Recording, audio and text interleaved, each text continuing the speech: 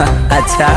हाँ हो कॉल जा तारीफ बोल। हाई फाई रंगदार स्टाइल घायल कोइले बात तोहार समाइल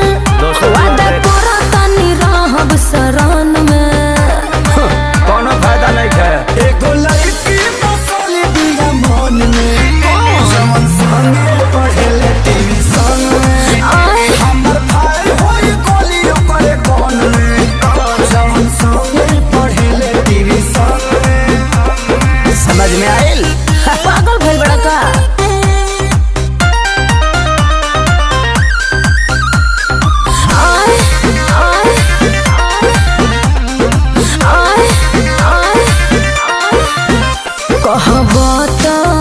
तोहरे ही स्कूल में नाम लिखवाले सारा दुनिया से लड़के जोड़ी तोहरे संगे बना ले तो कुछ करबे रे तोरा हाथे न आई बड़ी अपना माई के बतहिया ओकरे के बनाई बरे खर्चा से अपना घुमाइब लंदन में सोना हो एगो लड़की बसल दिया मन में जवन संगे पढ़ेले ट्यूशन में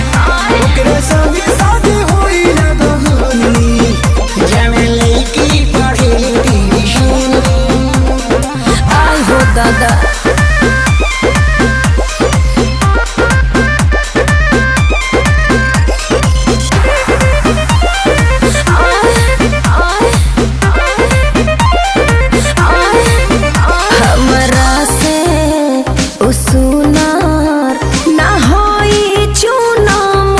भले साटे माथे पर बिंदी चाहे के तो नो पेनी नो थुनिया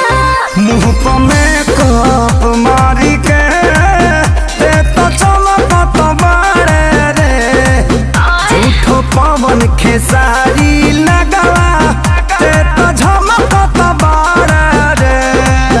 फांसी डाल बोढ़नी से गरदन में फसाइबे का